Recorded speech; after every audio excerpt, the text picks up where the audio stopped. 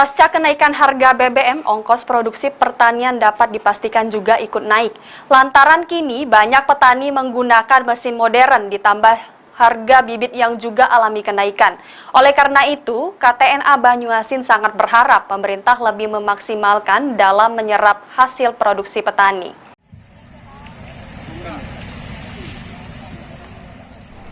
Pasca kenaikan harga BBM, ongkos produksi pertanian dapat dipastikan juga ikut naik. Lantaran kini banyak petani menggunakan mesin modern ditambah harga bibit yang juga alami kenaikan. Oleh karena itu, KTNA Banyuasin sangat berharap pemerintah lebih maksimal dalam menyerap hasil produksi petani.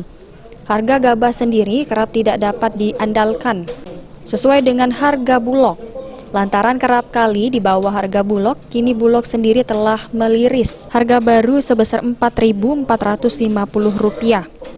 yang diharapkan dapat dikerap maksimal oleh bulog pada hasil produksi gabah petani Banyuasin. Pemerintah terhadap bagaimana kebijakan pemerintah dalam hal pemilihan hasil produksi.